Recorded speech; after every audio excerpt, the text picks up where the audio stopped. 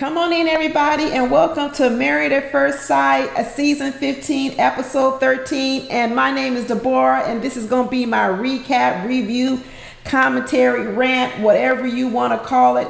Come on in, take a seat. All of you, listen to me in your car, driving. Keep your eyes on the road, but you can keep your ears listening to me. And all of you at home are watching me. Thank you for joining me. And to my new VIP subscribers, thank you so much. I appreciate that. If any of you want to become a member of my channel, you can drop down below and click on the join button. Thank you for my subscribers and people who come and listen to me every single week. And for new people, please drop down in the comments, introduce yourself, like and subscribe to my channel, and please like this video. And just letting everybody know on all my videos, I'm starting a new Q&A that we're going to do a premiere video for. So for each video I do, look in the description box. There will be a link. And if you want to submit a question to me and all the other aunties, you can. And we are going to go over those questions and answer them in a premiere video, probably on like Monday of next week. So make sure you get your question in, because all the aunties, we're going to answer them. I'm going to answer them. And if you are an auntie or an uncle out there, please be sure to join me in the premiere. And you can also answer the questions along, because we got a lot of wealth of knowledge here and we need to start sharing it. But we're going to get into this review of Alexis and Justin, Messy Boots. The Messy Boots couple. You know what, y'all? You know I was done with Alexis. Everybody who watches my videos knows I'm done with Alexis. But let me tell you, as of today, I'm done with Justin too, because I don't like the way that Justin co-signs on the BS of Alexis. That whole fiasco, at the last part of this episode with what's her name, Kristen and Mitch, that was messy. And I don't like the fact that Justin co-signed on it. It seems that the only time these two can come together, Justin and Alexis, is when they talk about somebody else. When they're inserting themselves in somebody else's marriage, and when they did it to Morgan and Ben, and now they're doing it to Alexis and now they're doing it to Kristen and Mitch. And let me tell you something, they really need to be concerned about their own marriage. They really do. They're really too involved in having comments about other people and dropping bombs in other people's marriages. They need to be concerned about their own marriage. And I don't like the fact that Justin co-signs all the messiness of Alexis. Last time Alexis was messy and went around and told Morgan what Ben was saying, Justin didn't check her then, okay? And it blew up his relationship with Ben. And now we have her over here talking about Mitch and Kristen and blowing up their marriage even more. Kristen and Mitch don't need no help. Their marriage is already rocky. They didn't need any extra help from Alexis and Justin, not one bit. And Justin sat up there. Not only did he co-sign on Alexis, he lied, because Mitch knew, Stasha knew, Nate knew. Everybody knew that those words that Mitch had said were not being said in a public forum. That was something that's why Mitch was so confused. But y'all can watch my Mitch video. It's long, so hopefully if you got a long drive, you can listen to it, or hopefully if you got a few minutes when the kids aren't around, you can listen to it. But these two are messy boots. I'm so over them. You know what? These two are really deserve each other, because they're both messy. I don't think there's not one person on this show that Alexis hasn't talked about, because she actually talked about Lindy in the very beginning. If y'all go back to the bachelorette party, Alexis was talking mess about Lindy there. I overlooked it, because she's like, oh, Lindy sure loves to talk. Lindy sure loves to talk. But there's not one person she hasn't talked about except Stasha and Nate. And she better stay off him, because Nate gets in asses. So she better not talk about Nate or Stasha, because I think Nate will come from her neck. He already called her messy and gossipy in a lot of these after parties. So I don't even think that Nate has too many good things to say about Alexis anyway, to be honest with you. And we saw on the after party sometime before that I don't even think Nate likes Justin, because he was talking about him like a dog too. So be honest with you, I don't think that Nate likes either Alexis or Justin, to be truthful. But I will say that Alexis' makeup was beautiful. In that one-on-one she had with Devon Franklin, it was beautiful. Alexis has looked her best there than she's ever looked. She tried to act like she didn't know who was coming for the one-on-one. She knew. She knew exactly who was coming, and she made sure she looked her best. Her makeup looked like it was professionally done. It was beautiful. I ain't gonna lie. It was beautiful. And she got all dolled up for Devon Franklin. I guess she thinks, just like she liked to go out to these clubs and get the attention of men, here she is dressing up in front of Devon Franklin to get his attention. And I don't even think that Justin picked up on it, but I picked up on it. She put a little extra something on her outfit this time, and a little extra something on her makeup, because she knew darn well who was coming for the interview. And she was like, "Ooh, I need to look good for Devon Franklin. Maybe I'll be the next Devon Franklin." I know you won't.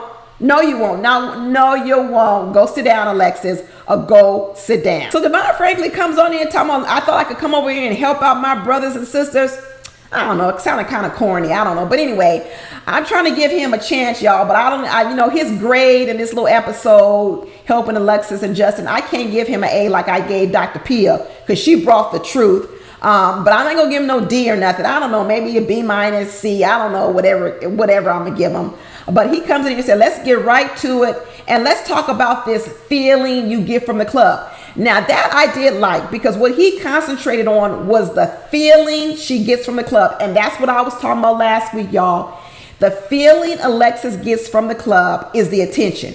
She tried to say, oh, I feel light. I feel airy. I have a high stress job. I have to focus. So when I go to the club, it allows me to let loose. Girl, you can let loose at the beach. Y'all live in San Diego on a beautiful ocean.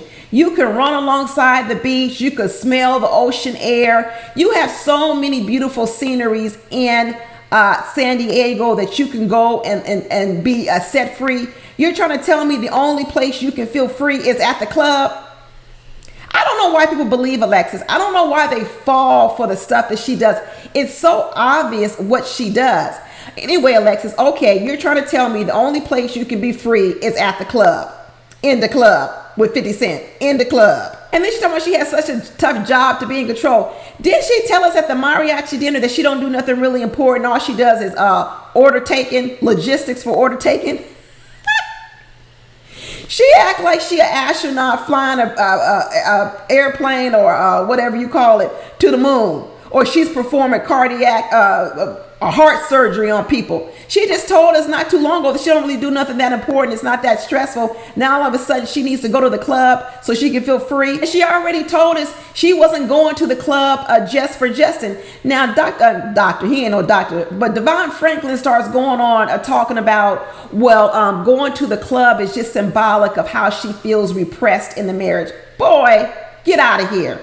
Alexis already told us she normally goes to the club 3 and 4 times a week, a period, before she met Justin. So she didn't just start going to the club because she met Justin. It's almost like saying I was an alcoholic before I met you. And, as opposed to saying I just started drinking after I met you. She was always going to the club. That was always the spot she went to get attention from men. So he completely missed it. He's trying to act like this thing of going to the club is new. It is not new. It's the same old behavior from Alexis, and it's the same old attention getting behavior she likes, just like she has dolled herself up for you and put on that little outfit for you. It's always about attention, period. Even inserting herself into Kristen and Mitch's relationship, and her being the one who wanted to drop that bomb on Mitch, that's also about attention. And then on the sideline talking about I wouldn't want to be with nobody who halfway thought I was attractive. What? That's you, Alexis. Well, look at this mirror behind me. Come look in it. That's you, Alexis. You halfway attracted to Justin. So you over here talking about Mitch, and you the same way. How are you any better than Mitch? You sitting up here talking about you don't like Justin in the bedroom. He ain't manly enough in the bedroom, which I'm going to get to that. So what's the difference between you and Mitch? You the same people. You are the same exact people. Self-centered and selfish. And all about you. No difference. None whatsoever. And Devon Franklin going on talking about, what are some other things you could do that you guys could do together so you can be free? Exactly. Let's get to it. She's like, do you like hiking? Alexis like, yeah, I like hiking, extreme sports. Alexis, you don't do none of that. None of that. I guarantee you, Alexis is not doing no extreme sports on a regular basis. She's not hiking on a regular basis. She's not doing none of this on a regular basis because I can tell by her physique. Absolutely not. She's not. Once again, Alexis just talks. I told you this last week. She just talks. She says the right things, but she doesn't mean any of it. She just says it to give lip service so that you'll be impressed by her, but she doesn't mean anything. She told, oh, I like to go hiking. I like to do extreme sports. I like to do this. You don't do none of that. I could tell. Where are you hiking to? I could tell you're not doing none of that on a regular basis. Maybe every once in a while, once a month, but you're not doing it on a regular basis because you just said you used to go to the club 3 or 4 times a week. That's her extreme. That's her extreme sport. Twerking. Twerking is Alexis's extreme sport. That's her extreme sport. And then when he asked, well, Justin, do you like doing these things, extreme sports and everything? He goes, yeah, I like doing it. He lied too. He don't like doing it. We already see Justin don't have one athletic bone in his body. All that 6'8" is wasted because he barely can make a basket at the basketball hoop. And Alexis knows that she sat up there and smirked too at him. But here's the problem. She's smirking at his lies, but she lied too. They both liars. That's what I'm telling you. They both are misrepresenting who they are. And they're both really the same exact people in that area. Both of them. That's why right now, they deserve each other. They deserve each other. And then, here go Devon Franklin saying, is there a problem with her feeling free? And, Justin, he gets so twisted up with words. Anytime somebody comes around and uses any kind of psychology on Justin, he gets twisted around and can't see his way out the net. And here go, Devon Franklin projecting. I'm not going to get into his personal life, but I'm telling you, this little speech he had with Justin saying about you can't control people. You can't control what they wear, what they do. This started to sound too much like his personal life with his own ex-wife. Maybe he felt like he was trying to control her because we know she's in Hollywood. And there was a whole lot of talk about what she did, what roles she took, what she wore. And I'm quite sure she had to have this same conversation with him. Maybe he was trying to control what she wore. And so now he's over here giving Justin this bad advice. First of all, there is a problem with if the only place you can feel free is at the club. That is a problem. If the only place you can feel free is at the club when you're shaking your butt, dancing with other men and all that other kind of stuff, that is a problem. I don't know why we can't tell the truth. There's a million ways which people can feel free, and like you can let your hair down and dance and do whatever else that doesn't involve you going to a club and dancing with a bunch of men when you're married. I'm not buying it. I'm not believing it. I'm not buying into it. Not at all. Because if my husband came and said the club is the only place I can be free, I'd be like, you a fool. I'm not going for that. Not one bit. Not at all. And Justin was like, I feel like I'll lose her if I go to the club. Well, you ain't going to lose her. That's why she on Married at First Sight. Wasn't nobody picking her up. She's got you believing like she's a hot commodity out here. And if you let her out her sight, someone going to snap her up. If that was the case, she'd be already snapped up. You can leave her out on the porch a couple of days. Ain't nobody coming around to pick her up. I'm telling you, Alexis is not a hot commodity. Justin, you ain't got nothing to be worried about because all these people have come on this show because nobody has snapped them up. That's the reason why everybody's on the show is because they haven't gotten snapped up. And Alexis has not gotten snapped up. So let me tell you, you ain't got to be worried about if you let her out her sight, somebody going to snap her up. I know. She's going to be sitting on the shelf a long time because she doesn't even realize the things that she needs to work on. She really doesn't. And she need to look in this mirror behind me. She need to get a few clues so that after this show, she can make some improvements upon herself so she will become a hot commodity. But right now, ain't nobody snapping up Alexis in that club. That's why she can go 5 nights a week. 5 nights a week and still ain't been snapped up.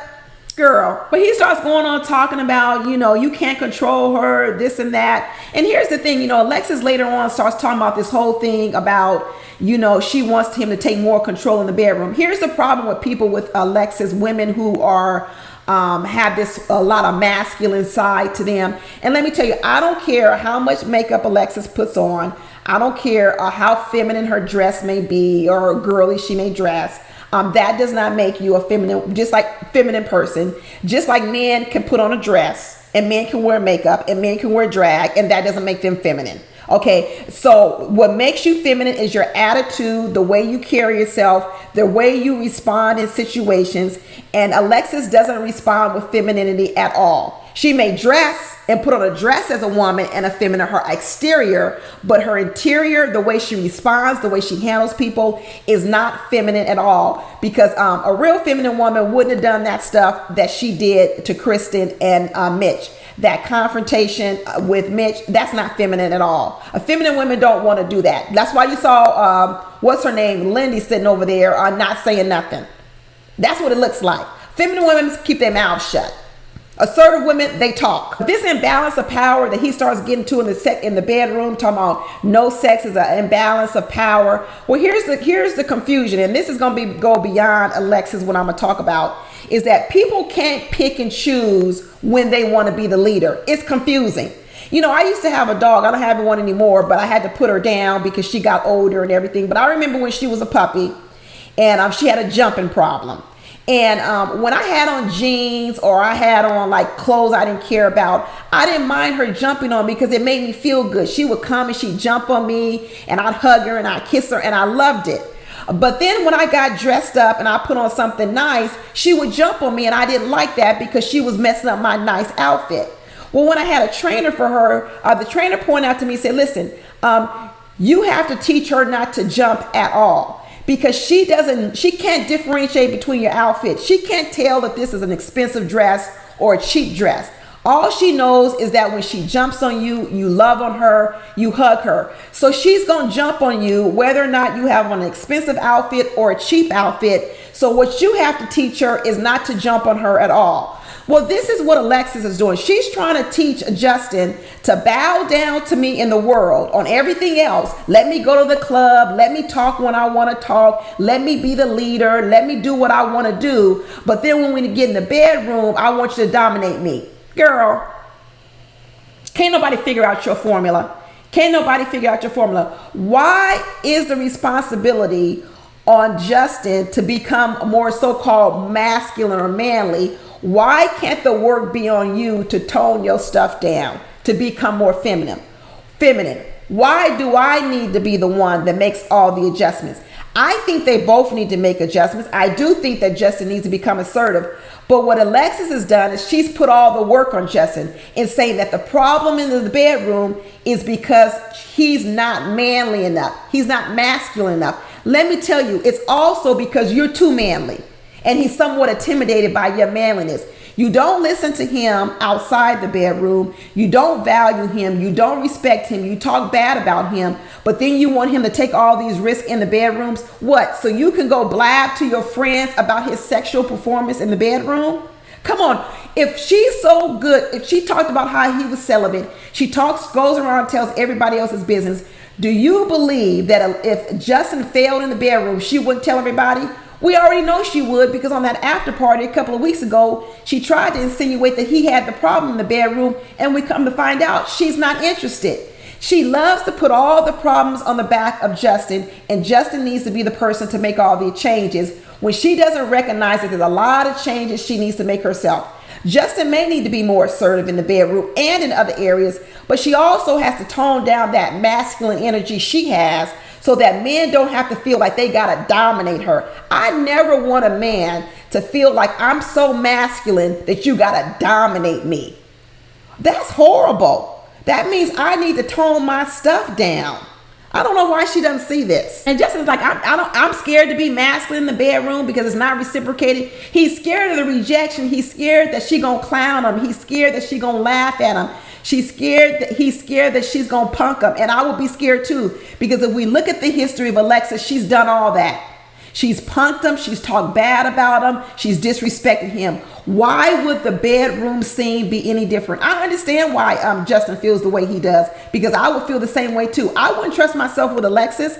She has thrown Morgan under the bus. She has thrown Mitch under the bus. She's thrown Kristen under the bus. She's thrown her own husband under the bus. Why would I trust anything in the hands of Alexis? Alexis don't care nothing about herself, looking good for herself. Justin starts talking about their intimacy and that, you know, she's used to a guy who's more dominant in the bedroom. I don't believe it. I don't believe none of that. Alexis, that story, she says, I'm used to be dominant. No. There's not too many men that can even dominate Alexis. They can't even pick her up.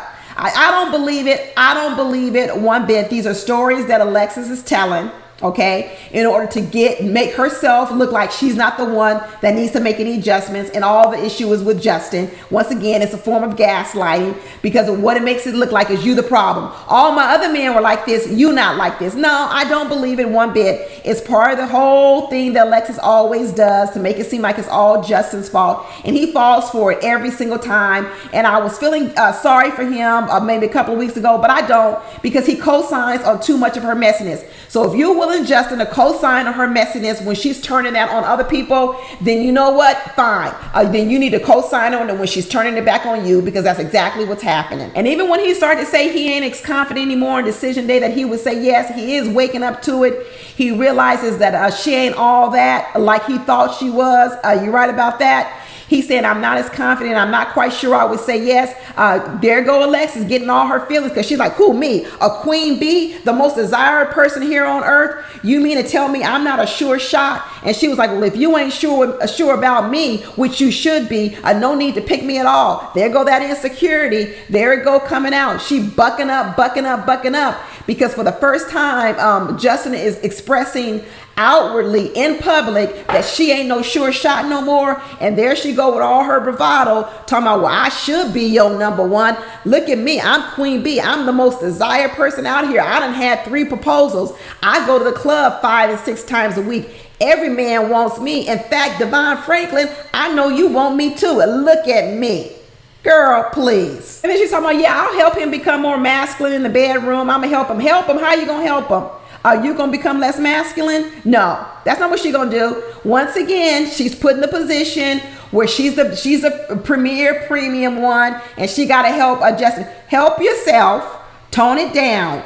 Help yourself. These two are just messing together. They deserve each other. And then at the end, they start talking about, I don't want to be with no man that's halfway attracted to me. And that's Alexis 101. She halfway attracted to Justin. Talking about Mitch want to be somebody with dirty feet. I don't like this. I don't like this messiness of Alexis, and I don't like the fact that Justin co-signs on it and stands right there next to her, all cuddled up, bad-mouthing people. Y'all deserve each other. This marriage is going nowhere. They deserve each other. So I'm not giving no more sympathy and empathy to Justin no more, because the way he co-signed on Alexis's messiness this last episode, it made me done with him too. So there you go, y'all. I'm done with him and I'm done with her. But anyway, if this episode made you think of any dating or marriage questions, be sure to look in my description box. Look for the link, click on it, and submit your question to the aunties, and then we're going to answer them maybe on Monday or Tuesday or something like that. And if you're not subscribed, be sure to subscribe so you get my alerts on when the premiere is going to happen. But that's it, y'all. Talk to you later. Bye.